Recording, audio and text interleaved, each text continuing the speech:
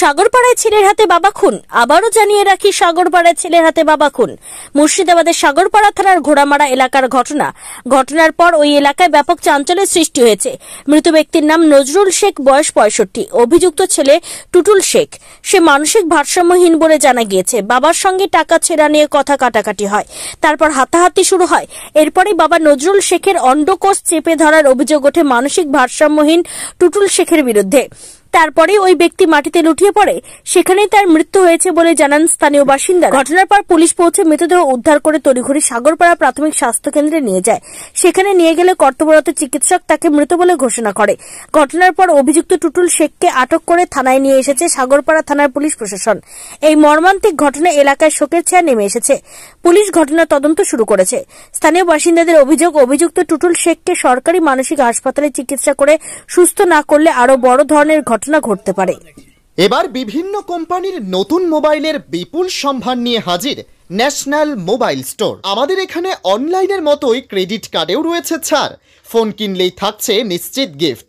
আমাদের ঠিকানা পলসন্ডা নতুন বাস স্ট্যান্ড। মৃত্যু এই তো আজ জুম্মার দিন নামাজ পড়ে বাড়িতে এসেছে।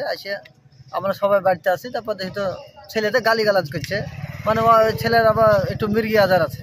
নিজের ছেলে? নিজের ছেলে। আচ্ছা, তো একটু মির্গি আজার আছে, গালিগালাজ করছে। আমরা গেলাম যে কি গালিগালাজ করছে এখানে, আমাদেরকে করলো। তো আমি বড় বাগান নিয়ে চলে আসলাম যে ঠাই কোয়া খাতে বকে রাখো, আমার মেজব্বা আছে দিয়ে নিয়ে আসার পর ছেলে কিছু বললো না। ঘরে ঢুকলো, দিয়ে 8,500 টাকা ছিল, নিয়ে এসে ছিঁড়ে ফেললো। যখন ছিঁড়ে ফেলে তখন বড় একটু রাগে যে একটা মানে চর মারা লেগে গেল, যেমনি কাছে গেছে গপ করে চাপে ধরে ফেল দিয়েছে। আমরা ওখানে ছিলাম, ওখান থেকে টপ করে ঝটকে ছুটি নিয়েছি। লোপার ছেলেকে 2 চর মারি, মানে যখন মারি তখন ছেলে এমনি শুয়ে পড়লো, পড়ে থাকলো। আমরা একটু পড়িয়ে আছে যে আমরা একটু যেমনি একটু এদিকে এসেছি, টাকাগুলো ছিঁড়ে ফেলে টাকার কাছে এসেছি, অনেক গপ করে আবার ধরেছে চাপে। বাবাকে ধরেছে? হ্যাঁ, আবার চাপে ধরেছে। এবার কেউ কেউ বলছে যে অন্ডকোষ চাপে ধরেছিল।